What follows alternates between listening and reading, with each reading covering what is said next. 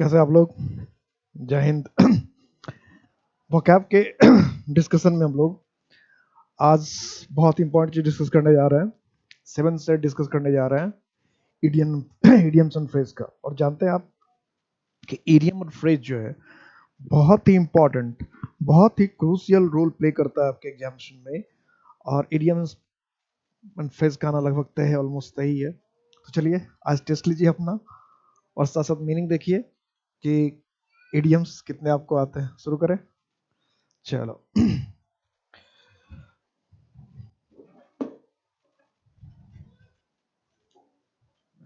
Don't mix with the bad hats. Don't mix with the bad hats. Bad hat से ना mix हो, ना मिलें। क्या कहना चाह रहा है? बैड हैट का क्या मीनिंग? पेन मेरा खो गया है, मिल गया। टेबल पे ही रहता है, कभी कभी गायब हो जाता है बुक के अंदर। इधर बैड हैट्स, बैड हैट्स क्या मीनिंग है? Bad hats, don't mix with the bad hats. Bad hats, people with bad hats, जिसके टोपी बुरे हैं, ऐसा तो मीनिंग हो ही नहीं सकता। ईडीएम में क्या बता रखा है? जैसा ईडीएम है बिल्कुल वैसा ही मीनिंग दे रखा है, तो हो ही नहीं सकता है। तो सिंपल सा लॉजिक है, ये तो गया, ये तो होना ही नहीं है, ये तो होना ही नहीं है। पीपल ऑफ बैड कैरेक्टर, ये हो सकता है। पीपल सेलिंग बैड हैट्स, ये भी सीधा सीधा मीनिंग, जो वर्ड है बिल्कुल वही अगर मीनिंग दे दिया तो ये तो पॉसिबल नहीं, तो होता ही नहीं। तो ये तो फर्स्ट और थर्ड तो ऐसे चढ़ गया। People of poor status, people of poor status, कि जिसका स्टेटस मतलब गरीब है, तो वो ऐसा। बैड हैट्स का मतलब होता है बुरे लोग, गंदे लोग, खराब लोग। तो क्या होना चाहिए था? बी। पुअर स्टेटस का मतलब हो जाता है गरीब, तो गरीब और खराब में बहुत अंतर है। बैड हैट हमने कहा इसका मतलब बुरा, जिसका करेक्टर बुरा है, बुरे और खराब लोग। तो सेकंड ऑप्शन होना चाहिए। क्या होना चाहिए? Second option. कुछ लोग इसमें गरीब भी कर देते हैं, गरीब अलग चीज है, गरीब बुरा हो ये जरूरी नहीं है। बैड हैट मतलब बुरा इंसान। The personality development class started with an ice breaking session. जो पर्सनालिटी डेवलपमेंट क्लास था वो स्टार्ट हुआ with ice breaking session. Ice breaking session का मतलब क्या? सत्र। तो आइस ब्रेकिंग सेशन से, सत्र से शुरू हुआ। तो कहने वाला क्या कहना चाह रहा है? हैविंग ब्रेकफास्ट, क्या ब्रेकफास्ट से शुरू हुआ? पर्सनालिटी डेवलपमेंट सुनने में अच्छा लगता है। ब्रेकफास्ट के बाद इंट्रोड्यूसिंग चीफ गेस्ट, ये भी ठीक ठाक लग रहा है, चीफ गेस्ट को इंट्रोड्यूस पहले करते हैं। मेकिंग स्पीचेस, भाषण बात सभी यूज करते हैं। लेकिन अगर नॉर्मली हम देखें कोई पर्सनालिटी डेवलपमेंट प्रोग्राम है तो उसमें चीफ गेस्ट फिर भाषण, ये सब क्या मतलब है? पर्सनालिटी डेवलपमेंट प्रोग्राम में तो कोई भी व्यक्ति आएगा जो भी लीडर होगा या जिसको पर्सनालिटी डेवलपमेंट करने का काम दिया गया है, वो सीधा अपनी बात करना शुरू करेगा। उसमें चीफ गेस्ट या किसी और के होने का कोई सेंस बनता नहीं है। तो अगर इस हिसाब से हम देखें, अगर इस हिसाब से हम देखें तो फिर क्या होना चाहिए? फिर होना चाहिए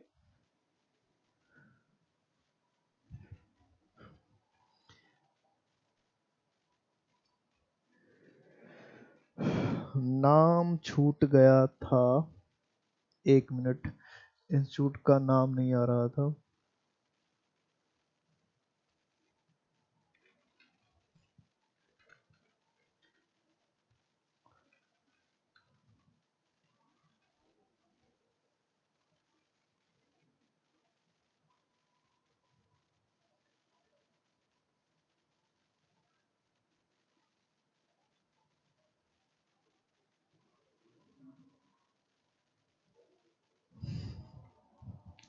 ओके,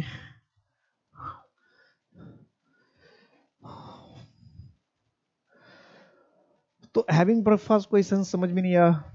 अच्छा, इंटरेस्टिंग चीफ गेस्ट थोड़ा बहुत हो सकता था। तो एन आइस ब्रेकिंग सेशन मतलब सीधा बातचीत, कि आइस ब्रेकिंग सेशन मतलब एक दूसरे से बातचीत करते हुए, इससे क्या होता है? पता चलता है सामने वाला क्या, कैसा पसंद। जब हम किसी से बातचीत करते हैं, किसी से हम बात करते हैं, तो इससे कम से कम ये पता चल जाता है कि सामने वाला जो है सामने वाला जो है वो कैसा, किस पर्सनालिटी का हो सकता है। इसलिए क्या हो जाएगा? बी, सेकंड है इसका बेहतर ऑप्शन। स्टार्टिंग बातचीत से, एक दूसरे से जान पहचान से, बातचीत से हमने शुरू किया। He chickened out when he confronted opposition. Chickened out, confront, confront का मतलब होता है किसी चीज से सामना होना। confront का मतलब हुआ किसी चीज से किसी का सामना होना, कन्फ्रंट, लड़ना भी कह सकते हैं। अपोजिशन के विरोध का जब सामना हुआ तो चिकन आउट कर गया। जब विरोध का सामना होगा तो क्या लोग चिकन खाने लगेगा? ये तो कोई सेंस ही नहीं बना, पहला सेंस ही खत्म हो गया।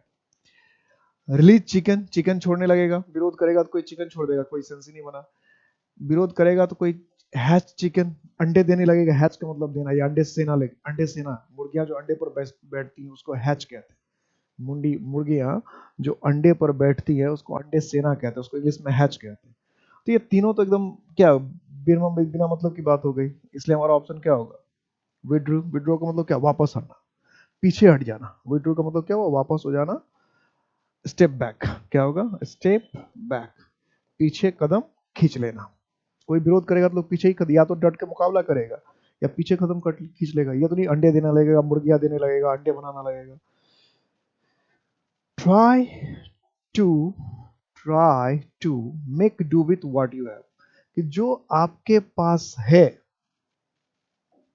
उसका, व्हाट यू हैव जो आपके पास है, try to make do with क्या होगा? क्रिएट, जो आपके पास उसको आप क्रिएट क्या करेंगे?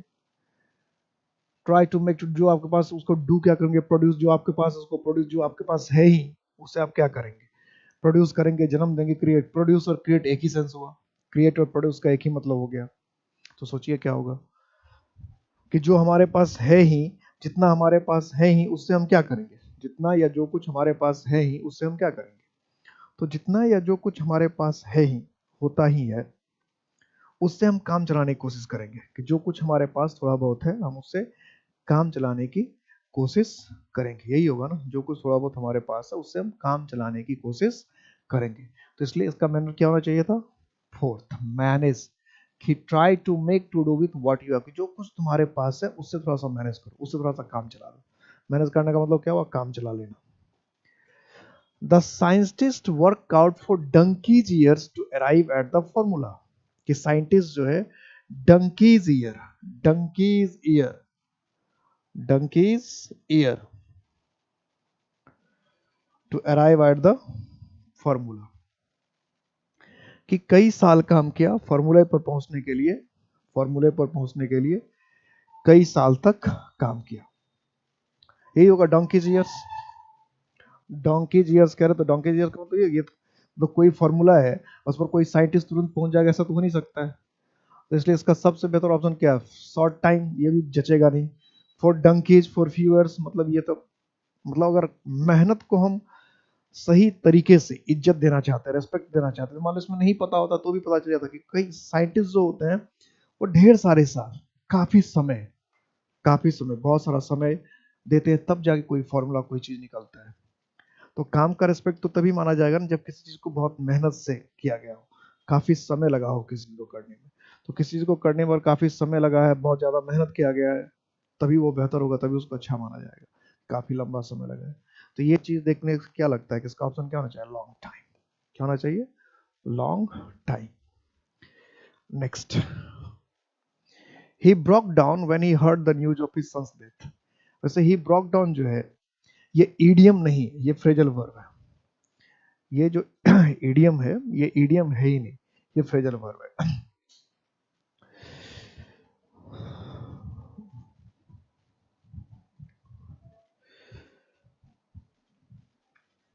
ही broke down when he heard the news of his son's death. तो किसी के बेटे की मौत की खबर अगर पहुंचेगी, किसी के बेटे के मौत की अगर खबर पहुंचेगी तो उसका क्या होगा?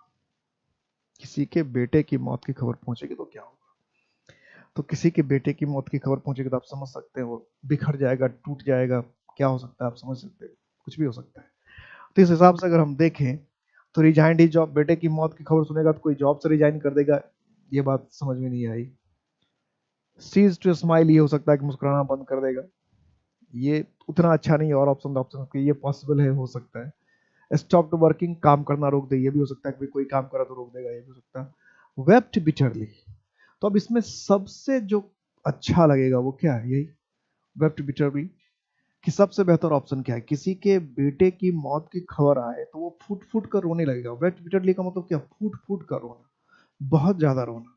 तो फूट फूट कर कोई रोने लगेगा अगर उसके बेटे की मौत की खबर आएगी, तो ये थोड़ा सा ज्यादा अच्छा क्या है ऑप्शन है, फुट फुट करो ना, ये ज्यादा अच्छा ऑप्शन है ना, तो डी ऑप्शन ज्यादा अच्छा है। चलो क्लियर है, नेक्स्ट ऑप्शन में चलते हैं।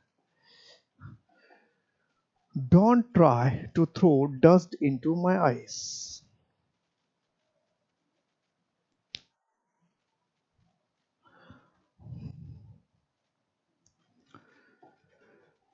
Don't try to throw dust into my eyes. You will not succeed. Don't try to throw dust into my eyes. You will not succeed. कि मेरे आंखों में धूल झोंकने की कोशिश ना करें. You will not succeed. तुम सफल नहीं होगे. तो भाई don't try to throw dust into my eyes. कि मेरी आंखों में धूल झोंकने का प्रयास ना करिए. तो हिंदी में भी बिल्कुल ऐसा है, आंख में धूल झोंकना. तो आंख में धूल झोंकना का क्या मतलब होता है बताओ? आंख में धूल झोंकना का क्या मतलब है? You should not try to blind me with dust कि मेरे आंख धूल से मुझे अंधा मत बना दो. ब्लाइंड मतलब अंधा बनाना. I know how to protect my eyes. मुझे पता है कि मैं अपने आंखों को कैसे बचाऊं. I will not let you blind me with dust कि मैं तुम्हें धूल से अंधा बनाने नहीं दूंगा. कोई जो इसका मीनिंग है वो धूल धूल आके चला जा रहा है. हर मीनिंग में धूल आ जा रहा है. तो जैसा वर्ड वैसा मीनिंग तो इडियम में होता नहीं है. जैसा वर्ड वैसा मीनिंग तो होता नहीं. डोंट ट्राई टू मिसलीड और कंफ्यूज मी कि मुझे भटकाने या बरगलाने का प्रयास ना करें. मुझे भटकाने या बरगलाने का प्रयास ना करें. तो बेस्ट ऑप्शन ये लग रहा है, सबसे अच्छा ऑप्शन ये लग रहा है कि मुझे भटकाने या बरगलाने का प्रयास ना करें. Next, a man of straw. Straw तो आप जानते ही हैं. स्ट्रॉ आपने देखा होगा, अनाज का जो धान वगैरह होता है उसका जो काट लेते हैं पौधा, उसके बाद जो बचता है प्लांट्स को क्या कहते हैं? स्ट्रॉ. या तिनका. स्ट्रॉ मतलब वैसे भी तिनका वगैरह भी क्या है. तो man of straw, man of straw क्या मीनिंग होना चाहिए? Man of straw, a man of straw, a very active man, a man of no substance. A man of no substance का मतलब कि जिसकी कोई कीमत ना हो, या सब्सटेंस का मतलब कीमत, वैल्यू, जिसके कोई कीमत ना हो, जिसमें कोई गट्स ना हो. वेरी एक्टिव पर्सन, बहुत सक्रिय व्यक्ति है. वर्दी फेलो, बहुत महत्वपूर्ण व्यक्ति. An unreasonable person, unreasonable person जो जिसके पास कोई लॉजिक ना हो, जो तर्क की बात ना करता, अतार्किक व्यक्ति. तो मैन ऑफ स्ट्रॉ का जो सबसे बेहतर मीनिंग होगा वो क्या होगा? A man of no substance, मतलब महत्वहीन व्यक्ति. इसको अगर हम ऐसे नॉर्मली समझे तो क्या कहेंगे? महत्वहीन व्यक्ति. महत्वहीन व्यक्ति जिसका कोई महत्व नहीं है, जिसका कोई वैल्यू नहीं है, जिसका कोई महत्व नहीं है, जिसका कोई मतलब, जिस व्यक्ति को आप ज्यादा महत्व नहीं देते, जिस व्यक्ति को आप ज्यादा तवज्जो नहीं देते, उसको हम कहते हैं मैन ऑफ स्ट्रॉ. जिस व्यक्ति को हम ज्यादा तवज्जो नहीं देते, जिस व्यक्ति को ज्यादा हम वैल्यू नहीं देते, कीमत नहीं देते, महत्व नहीं देते, उसको कहते हैं man of straw. Next, we visit the shopping mall off and on. Off and on. We visit the shopping mall. तो जो शॉपिंग मॉल है लोग ऑफ एंड ऑन, क्या मतलब? तो अगर शहरों की बात करें और जहां शॉपिंग मॉल हो, वहां लोग शॉपिंग मॉल कब जाना पसंद करेंगे? कभी कभार, शायद ही, ना के बराबर, या जब भी कभी मौका मिलता है, या मौका ढूंढते रहते हैं, मौका तलाशते रहते हैं और पहुंच जाते हैं. मौका ढूंढते रहते हैं और मौका तलाशते रहते हैं और पहुंच जाते हैं. ये तो होता है, जहां मौका मिला ढूंढ कर पहुंच गए, जहां मौका मिला पहुंच गए. यही करते हैं नॉर्मली हम लोग, जनरली यही करते हैं. तो इसलिए इसका क्या मतलब होना चाहिए? अप एंड अबाउट तो नहीं हुआ. रियली एंड ट्रूली, सचमुच और वास्तव में तो कोई सेंस ही नहीं बना. Once upon a time, once upon a time का तो मतलब हो गया कि मतलब बहुत पुराने समय की बात है, बहुत प्राचीन काल की बात है. ये तो कोई समय की बात नहीं कि वंस अपॉन अ टाइम, बहुत प्राचीन काल में. वंस अपॉन अ टाइम का मतलब ही होता है बहुत प्राचीन काल में, बहुत पहले, अति प्राचीन काल में, एक समय की बात है. कहानियों में ऐसा इस्तेमाल करते हैं जब हमें बहुत कोई पुरानी घटना का कोई रेफरेंस देना होता है, तब इस तरह की बात करते हैं, है ना. तो इसलिए इसमें क्या होगा? Option often. क्या होगा? Often.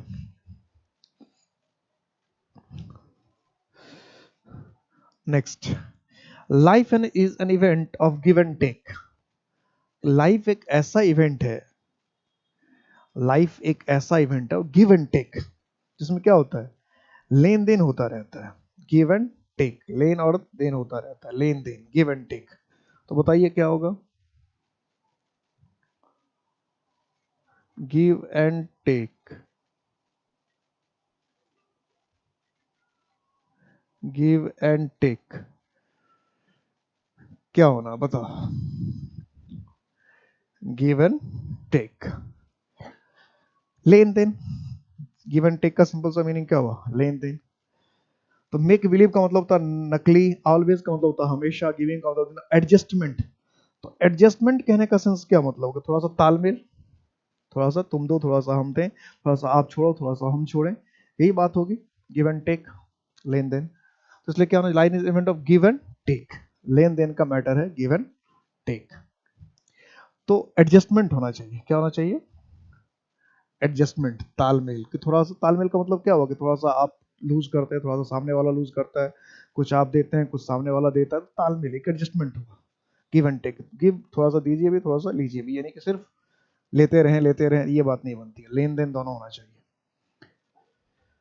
Hard work page in the long run, hard work page in the long run. मत अब कड़ी मेहनत करते हैं, तो कड़ी मेहनत करते हैं तो क्या तुरंत फल मिल जाता है क्या, कड़ी मेहनत करने से एकदम तुरंत फल मिल जाता है क्या, या कड़ी मेहनत करते ही फल मिल जाता है क्या। तो जब हम कड़ी मेहनत करते हैं तो कड़ी मेहनत करते ही फल मिल जाता है, नॉर्मली ऐसा नहीं होता है। हम कड़ी मेहनत किया और हमें फल मिल गया, नॉर्मली ऐसा, जनरली ऐसा नहीं होता है। तो फिर क्या होता है भाई, तो थोड़ा समय के बाद मिलता है फल। तो क्या होगा, ऑलवेज हमेशा का सेंस बन सकता था, लेकिन यहाँ इन द लॉन्ग रन लिख रखा है, in the long run, over a period of time, लंबे समय के बाद, इनडेफिनेटली, अनिश्चित काल, नेवर कभी नहीं, नेवर तो कभी हो नहीं सकता, इनडेफिनेटली तो कभी हो नहीं सकता, दो ही ऑप्शन था, ऑलवेज और over a period of time, दो में से एक होना ही था।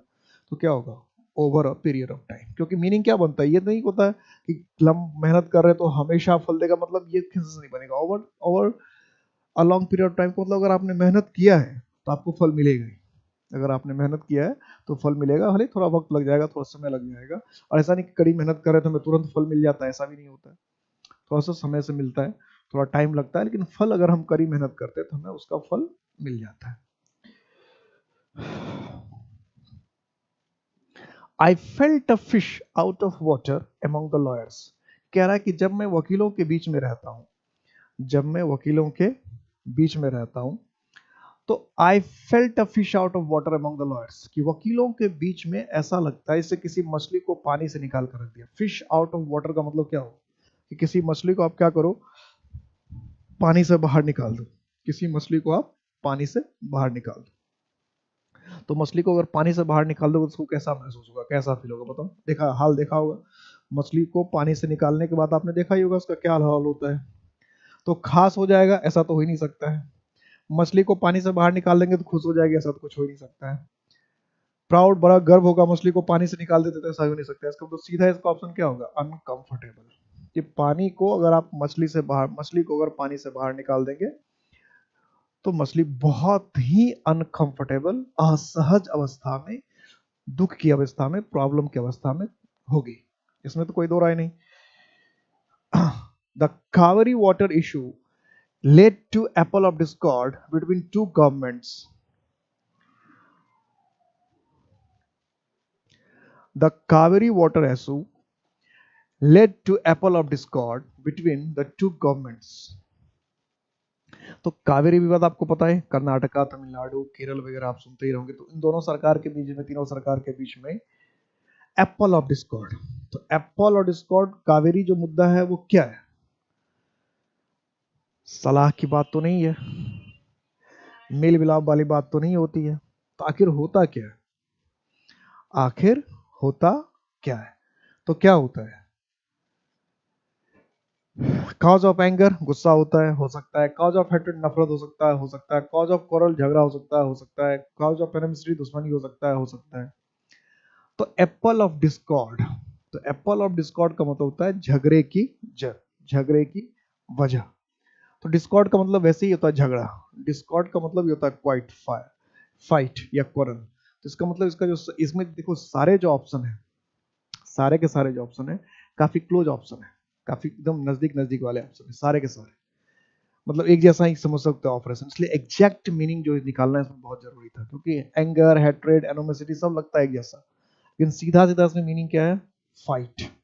अब फाइट जब होता है उसमें दुश्मनी भी होती है, उसमें हेट्रेड भी होता है, उसमें एंगर भी होता है, यानी क्वारल में सब कुछ आ जाता है ना। जब किसी से लड़ रहे हैं तो इसका मतलब गुस्सा भी होगा, लड़ रहे हैं इसका मतलब दुश्मनी भी होगी, लड़ रहे हैं इसका मतलब नफरत भी होगा, तो कोर्ट ऑफ फारल में सब कुछ आ जाता है।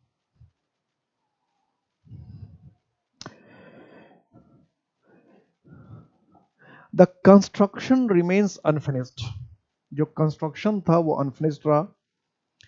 एंड द वर्कर्स, और जो वर्कर्स थे, have let the grass grow under their feet, तो आपके फीट के अंदर, कदमों के नीचे ग्रास, घास उगाए, ये भाई कब हो सकता है, किसी के कदमों के नीचे घास उगाए ये कब हो सकता है, कैसे हो सकता है, बताओ भाई। किसी के कदमों के नीचे ही घास उग जाए ये कब हो सकता है। तो कदमों के नीचे घास उगाया, इसका मतलब क्या, व्यक्ति काफी समय तक स्थिर रहा होगा, रुका रहा होगा, कोई मूवमेंट नहीं हुई होगी, कोई हलचल नहीं हुआ होगा, तभी तो किसी के कदमों के नीचे से घास, जैसे आपने देखा होगा कभी कभी क्या होता है कि जो दसवीं वगैरह भी आने वाला भी है, तो उसमें लोग क्या करते हैं, जमीन पे लेट जाते हैं, अपने छाती पर जो है मिट्टी विट्टी लगा देते हैं, और उसमें उसमें कुछ पौधे डालते हैं जौ का, और उससे वो बीज निकल आता है। 10वीं में लोग ऐसा करते हैं कई बार, बंगाल में, बिहार में तो कई बार होता है, वो आप लोग के इलाके में होता है कि नहीं होता है, लेकिन हम लोग के यहाँ तो बहुत सारे लोग होते हैं जो, तो इसका मतलब 10 दिन तक वो जमीन पर से लेटते भी, हटते भी नहीं है, तभी तो जयंती उगाएगा। खैर, तो इसका मतलब अगर ग्रास किसी के कदमों के नीचे उगा है तो इसका मतलब उसमें मूवमेंट नहीं हुई होगी, तो grow grass all over the lawn, ये तो कोई मतलब ही नहीं हुआ कि घास उगाने लग गया। Gone on a luxury tour, कि बहुत विलासितापूर्ण, बहुत खर्च वाले टूर पर चला गया, ये भी कोई सेंस नहीं निकल रहा। डिलेड डूइंग द वर्क, काम करने में देर किया। डिमांडेड मोर बेनिफिट्स और मांग, तो ये भी तो बात बनेगी नहीं, इसका मतलब जो अभी हम लोग मीनिंग देख रहे थे उसके हिसाब से बन रहा है क्या, कि डिलेड डूइंग द वर्क, कि काम करने में देर किया, विलंब किया, मतलब सुस्त पड़ गया, एक्टिव नहीं रहा, तभी तो पैर कदमों के नीचे क्या है, घास जम गया, तो डिले, और ज्यादा देर कर दिया, डिले कर दिया। The police smelled the rat behind the death of the girl, लड़की के मौत के पीछे जो पुलिस ने था, स्मेल्ड द रैट, चूहे को सूंघ लिया क्या, स्मेल्ड द रैट, चूहे को सूंघ लिया क्या, ऐसा कोई सेंस आएगा कि चूहे को सूंघ लिया, सेंस ही नहीं बनेगा। तो चूहे को सूंघना का क्या मतलब होगा, गॉट वेरी मच कंफ्यूज, काफी कंफ्यूज हो गया। Identified the cause of death, मौत के कारण को पहचान लिया। Suspected that something is fishy, fishy जो है इसका मतलब होता है संदेहास्पद, संदेहास्पद, डाउटफुल, गड़बड़ जिसको कहते हैं, doubtful, fishy. Jump to the conclusion, किसी नतीजे पर एकदम पहुंच कर, तुरंत पहुंच कर नतीजे पर, ऐसा मीनिंग होगा क्या, ऐसा मीनिंग होगा क्या।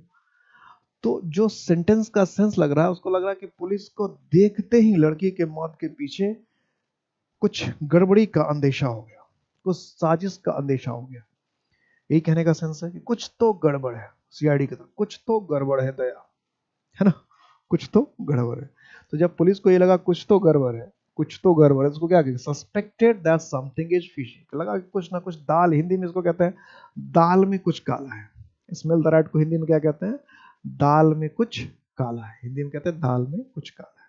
तो suspected that something is fishy, third option होगा, कुछ गड़बड़ होना। स्मेल द रैट का मतलब कुछ गड़बड़ी का आशंका, हिंदी मीनिंग ज्यादा लिख लेना, हर जगह पर मैं हिंदी मीनिंग इसलिए बता रहा हूं क्योंकि कभी कभी जैसा ये मीनिंग है एग्जाम में वही मीनिंग नहीं देगा, वही वर्ड रिपीट नहीं करेगा, इसलिए एकदम हिंदी मीनिंग समझना सारे स्मेल का हिंदी मीनिंग क्या है, ताकि उसके हिसाब से आप उसका अगर वर्ड बदल दे कभी कभी तो आप सही सिलेक्शन कर पाए, ये ध्यान रखना, क्योंकि हमेशा यही ऑप्शन नहीं रहेगा, ईडीएम हमेशा यही रहेगा स्मेल द रैट, लेकिन हमेशा ऑप्शन ये नहीं, suspected the something is fishy, हमेशा यही नहीं रहेगा ऑप्शन, कभी सस्पेक्ट लिख देगा, कभी सस्पिशन लिख देगा, कभी डाउटफुल लिख देगा, कभी कुछ और लिख देगा, तो आपको ध्यान रखना पड़ेगा मीनिंग का। तो मीनिंग क्या हुआ, स्मेल द रैट का मतलब दाल में कुछ गड़बड़ी होना, मतलब दाल में कुछ काला होना, कुछ गड़बड़ी की आशंका होना, कुछ गड़बड़ी की आशंका होना। If you want to solve the problem, if you want to solve the problem forever, you must take the bull by the horns, कि अगर आप चाहते हैं कि इस समस्या का समाधान फॉर एवर, मतलब क्या हमेशा के लिए हो जाए, if you want to solve the problem for ever, कि आप चाहते हैं कि समस्या का समाधान हमेशा के लिए हो जाए, you must take the bull by the horns. तो take the bull by the horns, bull का मतलब क्या, सांड होता है ना, बड़े बड़े देखा होगा आपने, बैल वैल टाइप, बैल भी सांड हो जाता है, तो उसके सिंग को जाके पकड़ ले, सांड के सिंग। लोग गाय का सिंग पकड़ने की कोशिश नहीं करते, यहाँ सांड के सिंग पकड़ने की बात हो रही है। तो क्या करेंगे भाई, क्या मीनिंग होगा, to take the bull by horns, to take the bull by horns, तो pull the bulls by pulls horns, कि हॉर्न्स के, ये बुल्स के हॉर्न्स को खींचने लगना, ये तो सीधा मीनिंग हो गया, ये तो होगा ही नहीं। फेस अ डिफिकल्टी और डेंजर बोल्डली, कि किसी मुश्किल का बोल्डली साहस से सामना करना। Run away from a difficulty, और ये तो हो ही नहीं सकता, क्योंकि जब take the bulls by horn कह रहे तो भागने का तो कोई सेंस ही नहीं हो रहा। फेस अ डिफिकल्टी और डेंजर कॉन्फिडेंटली, कि किसी भी डिफिकल्टी और डेंजर को क्या करना, कॉन्फिडेंटली, विश्वास। अब इसमें देखो बोल्डली है और इसमें कॉन्फिडेंटली है, तो बोल्डली और कॉन्फिडेंटली, साहस जो है वो बेवकूफी में भी हो सकता है लोगों को।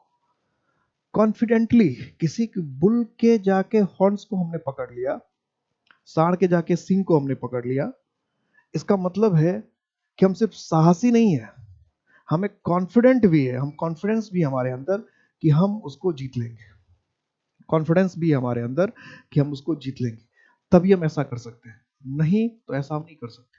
ध्यान देना इस मेरी बात को, नहीं तो हमें कितने भी साहसी, अगर हम साहस कर भी ले, तो कभी कभी क्या हो सकता है कि साहस में बुद्धिमानी नहीं होती है, कभी कभी साहस में बुद्धिमानी नहीं हो सकता। इसलिए किसी ने अगर बुल को, बुल के सिंग को पकड़ा है, हॉर्न्स को पकड़ा है, तो इसका मतलब वो अपने आप में उसको कॉन्फिडेंस बहुत ज्यादा, तभी ऐसा कर सकता है। इसलिए, और ये दूसरी बात क्या करता है कि कह रहा है कि सेंस भी ये कह रहा है कि हमेशा के लिए किसी समस्या का समाधान करना है, तो कॉन्फिडेंस से ही काम करेंगे तभी हमेशा के लिए किसी समस्या का समाधान हो सकता है। इसमें साहस ज्यादा क्या है, कॉन्फिडेंस ज्यादा इंपॉर्टेंट है, समझ सोच वो ज्यादा इंपॉर्टेंट है, इसलिए फोर्थ ऑप्शन जो है ज्यादा बेहतर है। Rajiv washed his hands off the matter long ago, Rajiv wash the hands off the matter long ago, यहां तक होना चाहिए था, ऑफ तक। Wash his hands off the matter long, जैसे हम कहते हैं wash one's hands off the matter, कि कोई मुद्दा है उस चीज से अपने आप को अलग कर लेना, कोई मुद्दा है उससे हाथ धो लेना। हाथ धो लेने का सेंस क्या हुआ, हाथ धो लेने का मतलब हुआ एक तरह से यही तो सेंस हुआ कि भाई अब हम इस मुद्दा से, कोई मैटर से कोई लेना देना नहीं है, इस चीज से हमें कोई ज्यादा मतलब नहीं है, यही सेंस है, सिंपल सा सेंस है कि हमें इस चीज से कोई लेना देना नहीं है। तो ओवरकम द डिफिकल्टीज, बाधाओं को जीत लेना। Refuse to accept responsibility for, कि किसी चीज की रेस्पॉन्सिबिलिटी लेने से मना कर देना, जिम्मेदारी लेने से मना देना। टुक द रिस्पॉन्सिबिलिटी, जिम्मेदारी ले लेना। Refuse to change the decision, कि अपने निर्णय को लेने से बदल, refuse to change the decision, कि अपने निर्णय को बदलने से मना कर देना।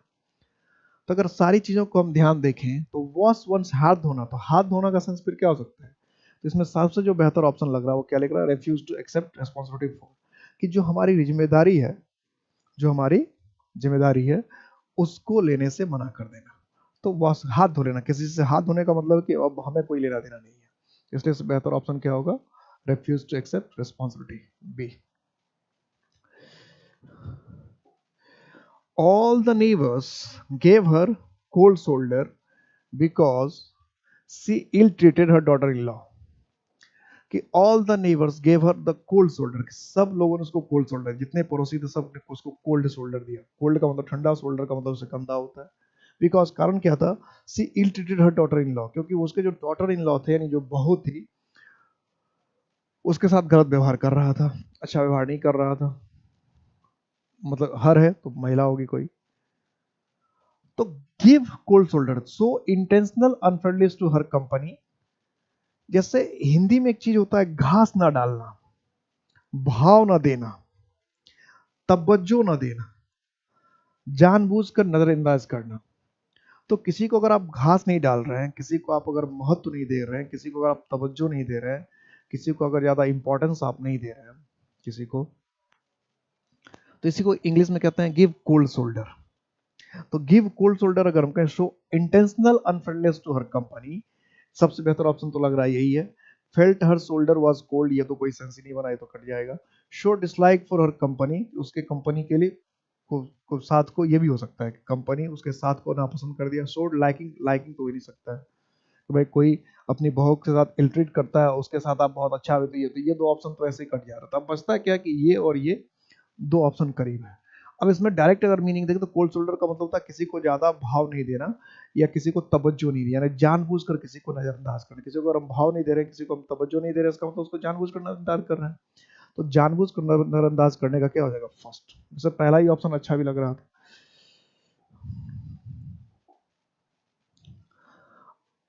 I saw through the trick and was on guard. On guard का मतलब क्या, सुरक्षा कर लेना। तो सुरक्षा हम कब कर लेंगे, सॉ थ्रू द ट्रिक। इसका मतलब क्या कि जो ट्रिक था, जो चाल था, वो आपको पहले समझ में आ गया, तभी आपने क्या कर लिया, सुरक्षा कर लिया। तो आई एंटिसिपेटेड, पहले से अंदाज लगाना ना। डिटेक्टेड, डिटेक्ट का मतलब एकदम जान नहीं लेना। विटनेस्ड मतलब साक्षी होना। डिफिटेड मतलब पराजय करना। अब इसमें देखो दो चीजें, डिटेक्टेड और एंटिसिपेटेड। तो डिटेक्टेड और एंटिसिपेटेड, एंटिसिपेट का मतलब पूर्वानुमान लगा लेना, पहले पहले ही समझ में आ जाना। और डिटेक्ट का मतलब क्या है कि किसी चीज पर मेहनत करके, एफर्ट करके, प्रयास करके उसका पता लगा लेना। तो through, I saw through the trick जो है, ये मेहनत करके पता लगाने का सेंस नहीं होता है। इसका मतलब होता है अनुमान लग जाना कि किस कोई चाल चलने वाला, उसका पहले से आपको अनुमान लग गया कि ये क्या करने वाला। किसी की चाल आपको पहले समझ में आ गई, इसलिए ये जो सॉ थ्रू द ट्रिक होगा, ये क्या होगा, एंटिसिपेटेड ज्यादा बेहतर है कि पहले से आपने क्या कर लिया, अनुमान लगा लिया, पहले से चाल आपको समझ में आ गई। सी थ्रू द डिजाइन भी होता है, सीधा डिजाइन भी होता है। तो पहले से आपको अनुमान आ गया, अंदाज आ गया कि क्या होने वाला है, और आपने क्या किया, ऑन गार्ड, मतलब अपने अपने सुरक्षा के लिए कदम उठा लिए। He is not a good lawyer but he has the gift of the gap, कि वो बहुत अच्छा लॉयर तो नहीं है, वो बहुत अच्छा लॉयर तो नहीं है, but he has the gift of the gap, लेकिन उसके पास गिफ्ट ऑफ द गैप है। गिफ्ट ऑफ द गैप का क्या मतलब, he can talk very fast, तो बहुत तेज बोलने से आप बहुत अच्छा वकील हो जाएंगे, इसका कोई मतलब नहीं है। He can speak very well, बहुत अच्छा बोल सकता है, ये हो सकता है। He has a good voice, की आवाज आपकी बहुत ही अच्छी है, तो आप सिंगर हो सकते हैं, एक्टर हो सकते हैं, वकील का कोई लेना देना नहीं है। ही कैन प्रिटेंड कन्विंसिंगली, कि वो किसी को क्या कर सकता है, प्रिटेंड कन्विंसिंगली, कि किसी को बहुत आश्वस्त ढंग से प्रिटेंड, बहाने बना सकता है। तो बहाने बना कोई मतलब नहीं हुआ। तो गिफ्ट ऑफ द गैप का मतलब क्या होगा, he can speak very well, बोलने की कला। गिफ्ट ऑफ द गैप को कहते हैं वाक पटुता, हिंदी में क्या कहते हैं, वाक पटुता, बोलने का कौशल या बोलने की कला। Gift of the gap, art of speaking. तो अगर किसी को अच्छा बोलने आएगा, अच्छी तरह से बोलने आएगा, बोलने की कोई कला जानता है, तो वकालत भी थोड़ा बहुत कर ही लेगा। तो इसलिए बी होना चाहिए था। We have to put up with sorrows of life. We have to put up with the sorrows of life, कि हमें जीवन के कष्टों को क्या करना पड़ेगा, पुट अप विथ। तो जीवन के कष्टों से भाग तो नहीं सकते, भागना तो कोई विकल्प नहीं होगा। तो पुट अप विथ का मतलब भागना भागना ऐसा सेंस तो हो नहीं सकता। तो अगर जीवन में समस्याएं हैं, जीवन में अगर प्रॉब्लम है, तो हम क्या कर सकते हैं, हम उसका सामना कर सकते हैं, यही तो होगा, और क्या हो सकता है। तो क्या होना चाहिए, बेयर पेशेंटली। बेयर पेशेंटली, इसका मतलब सबसे अच्छा तो यही है कि अगर हमारे पास समस्या है तो बेयर का मतलब बर्दाश्त करना, पेशेंटली मतलब धीरज पूर्वक, तो धीरज के साथ हम क्या करें, उसको बर्दाश्त कर लें। फाइट अगेंस्ट, उससे लड़े झगड़े। वेलकम चीयरफुली, उसका खुशी खुशी स्वागत करें।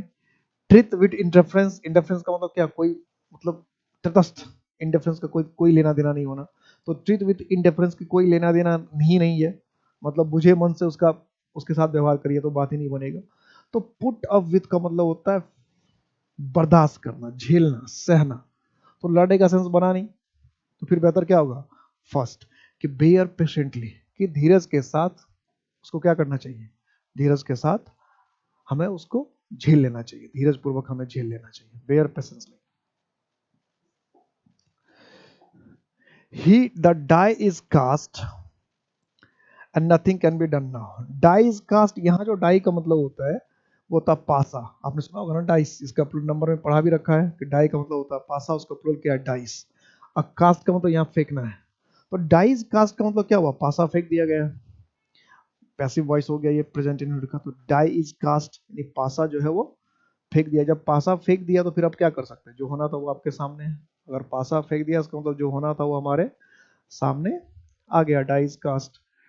तो the game has been played कि खेल खेल दिया गया है। There has been a failure असफलता हो गई है। The effect has worn out जो प्रभाव है वो खत्म हो गया है। The decision has been taken कि निर्णय लिया जा चुका है। तो डाई इज कास्ट का मतलब the game has been played खेल खेल लिया गया है और डिसीजन हैज बीन टेकन। तो इससे ज्यादा बेहतर दो ए और डी दो ही ऑप्शन हो सकता था, या तो ये हो सकता था या ये हो सकता है। तो चूंकि हमारे पास ये ऑप्शन है the decision has been taken कि जो निर्णय लेना था जो लिया जा चुका है ऑप्शन में चेंज नहीं हो सकता, इसलिए बेहतर ऑप्शन क्या होगा, ये the decision has been taken कि डाई हैज बीन कास्ट। अब जो है nothing can be done now कि अब कुछ निर्णय ले लिया गया है, अब कुछ नहीं हो सकता, निर्णय ले लिया गया अब कुछ नहीं हो सकता है। He is in the habit of picking holes in everything. He is in the habit of picking holes in everything कि हर चीज में होल्स यानी छेद निकालता है। हर चीज में होल्स यानी छेद निकालता, पिकिंग होल्स हर चीज में छेद निकालता रहता है। तो हर चीज में छेद निकालने का मतलब क्या हुआ, कमी निकालना, कमी ढूंढना। तो डेल्विंग डीप इनटू गहराई में जाना, फाइंड फॉल्ट विथ कमी निकालना, कॉजिंग ट्रबल विथ प्रॉब्लम देना, समस्या देना, आस्किंग क्वेश्चंस अबाउट प्रश्न पूछते रहना। अब इसमें सबसे बेहतर ऑप्शन क्या होगा भाई, he is in the habit of picking holes in everything. तो हर चीज की कमी निकालते रहना, हर चीज में बुराई ढूंढते रहना, हर चीज की कमी निकालते रहना या हर चीज की बुराई ढूंढते रहना। तो इसके हिसाब से क्या ऑप्शन हो जाएगा, फाइंड फॉल्ट विथ, क्या हो जाएगा, फाइंड फॉल्ट विथ, कमी निकालते रहना हर चीज की। The member took exception to the secretary's remark about the current political situation in the state. The member took exception to the secretary's remark. secretary का जो remark था, statement था, कथन था, जो करंट पॉलिटिकल सिचुएशन था स्टेट में, राज्य में, उस पर लेकर जो मेंबर थे, जो लोग थे, वो सेक्रेटरी के रिमार्क को टुक एक्सेप्शन। अब टुक एक्सेप्शन का मतलब क्या, अपवाद एक्सेप्शन का मतलब तो अपवाद होता है, एक्सेप्टेड रेडिली मतलब तुरंत मान लिया, स्वीकार कर लिया, लाफ्ड एट हंस दिया, ऑब्जेक्टेड टू विरोध किया, और ग्रांटेड मतलब मान लिया। तो ग्रांटेड और एक्सेप्टेड रेडली तो लगभग एक ही हो गया। ग्रांट का मतलब भी स्वीकार कर लेना होता है, एक्सेप्ट का मतलब भी स्वीकार करना हो गया, तो दोनों लगभग एक जैसा मीनिंग है, तो इस दोनों पे तो ध्यान ही नहीं देते हैं। तो टेक एक्सेप्शन का मतलब होता है बुरा मान लेना। नॉर्मली जो टेक एक्सेप्शन होता है, तो टेक एक्सेप्शन का मतलब होता है किसी चीज का बुरा मान लेना, किसी चीज का बुरा मान लेना। तो इसके हिसाब से अगर हम देखें तो क्या होना चाहिए, ऑब्जेक्टेड टू विरोध किया, जब बुरा लगेगा तो हम विरोध ही करेंगे ना। टेक एक्सेप्शन का मतलब है किसी चीज का विरोध कर लेना, किसी चीज का बुरा मानना, किसी चीज को सही नहीं बताना। मतलब किसी का आप किसी चीज के खिलाफ हो गए तो टेक एक्सेप्शन, या किसी चीज का बुरा मान गए तो took exception. Basically take exception का मतलब होता है किसी चीज का बुरा मानना, किसी चीज का बुरा मानना। तो उसके हिसाब से अगर हम मीनिंग देखें तो सबसे बेहतर ऑप्शन क्या होगा, ऑब्जेक्टेड टू विरोध करना। After getting a severe scolding from his mother, after getting severe scolding from, ये तो सीवियर स्कोल्डिंग तो कोई इडियम है ही नहीं, तो ये तो मुझे लगता है थोड़ा सा मिसप्रिंट हो गया। Got down to business, get down to, got down to business, ये मुझे लगता है ये फ्रेजल वर्ब। इसमें इस इडियम में, इस पूरे जो इडियम हम लोग देख रहे हैं, 2 से 3 फ्रेजल वर्ब आ गए। जैसे पुट अप विथ भी फ्रेजल वर्ब में ही यूज होता है ज्यादा, पुट अप विथ बर्दाश्त करना, ये फ्रेजल वर्ब ही है। एक और फ्रेजल वर्ब था इस पूरे सेट में जो है, इडियम्स तो है ही, साथ साथ कुछ फ्रेजल वर्ब भी है। से ब्रोक डाउन था, ब्रेक डाउन, तो ब्रेक डाउन फ्रेजल वर्ब है, put up with phrasal verb है, और यहाँ जो गेट डाउन है ये भी फ्रेजल वर्ब है। तो कुछ फ्रेजल वर्ब जो है आ गए इसमें फ्रेजल वर्ब। तो, तो इसका मतलब इडियम्स फ्रेज के साथ साथ फ्रेजल वर्ब भी आ जा रहा है आपके सेट में है। मैं ये कहना चाह रहा हूँ कि इसमें इडियम भी है, साथ साथ कुछ फ्रेजल वर्ब भी है।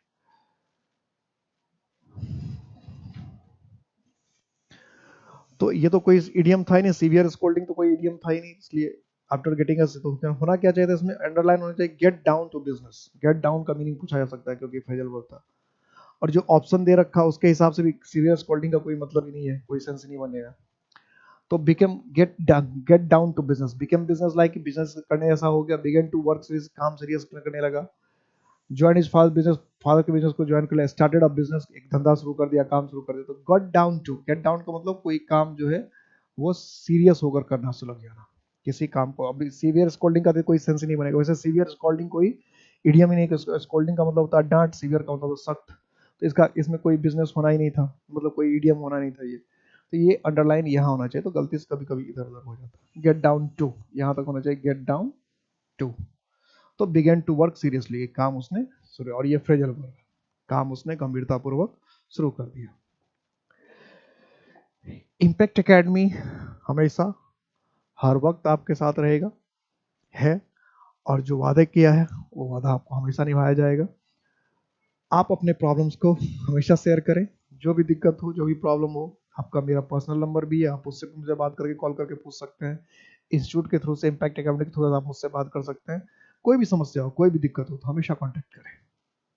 जय हिंद।